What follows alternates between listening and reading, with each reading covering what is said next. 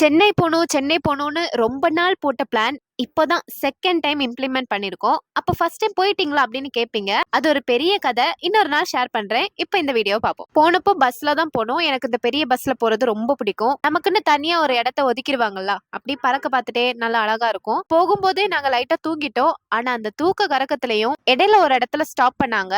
அங்க போய் இந்த தோசை சாப்பிட்டே ஆகணும்னு இறங்கிட்டோம். மசாலா தோசை வாங்கணும்னு பிளான் பண்ணோம். லாஸ்ட் வந்து பிளெயின் தோசை வாங்கிட்டோம். ஆனா டேஸ்டுக்கு பஞ்சமே இல்ல. ரொம்ப கிறிஸ்பியா 2 வகை சட்னி சாம்பாரோட சூப்பரா இருந்தது. இவ்ளோ பெரிய தோசையும் நானே சாப்பிட்டுட்டேன். நெக்ஸ்ட் டே மார்னிங்கே சென்னை ரீச் ஆயாச்சு. அங்க ரூம்ல போய் கொஞ்சம் ஃப்ரெஷ் ஆனதுக்கு அப்புறம் பக்கத்துல ஒரு இட்லி கடைக்கு வந்தோம். கடை பார்க்க தான் குட்டியா இருக்கு. ஆனா டேஸ்ட் பங்கமா இருந்துச்சு. மேக்ஸிமம் 2-3 பேர் தான் உட்கார்ந்து சாப்பிட முடியும். ஆனா இந்த டேஸ்டுக்கு நின்னு சாப்பிட்டாலும் பிரச்சனையே இல்ல. இங்கேயும் சேம் 2 வகை சட்னியோட ரொம்ப டேஸ்டா இருந்தது. சென்னையை பொறுத்த வரைக்கும் ஃபுட்டுக்கு பஞ்சமே இல்ல அப்படின்னு ப்ரூவ் பண்ணிட்டாங்க. கடைசி அந்த அவகேடோ ஜூஸ் சாப்பிட்டோம். 100 rupees 1/2 வாங்கினோம். ஆனா அவ்வளோ குவான்டிட்டியா ரொம்ப டேஸ்டா கிரீமியா இருந்துச்சு. அப்புறம் அவங்களோட ஃப்ரெண்ட் வந்து சென்னையில இருந்ததுனால அவங்க கிட்ட இருந்து பைக் பிக் பண்ணி நேரா எங்க அத்தையை பார்க்க போயிட்டோம். அடுத்தடுத்து பார்ட் வரும். அது பார்க்கணும்னா மறக்காம நம்ம சேனலை சப்ஸ்கிரைப் பண்ணி வச்சுக்கோங்க. அப்போ ஓகே, இன்னொரு வீடியோல பார்க்கலாமா?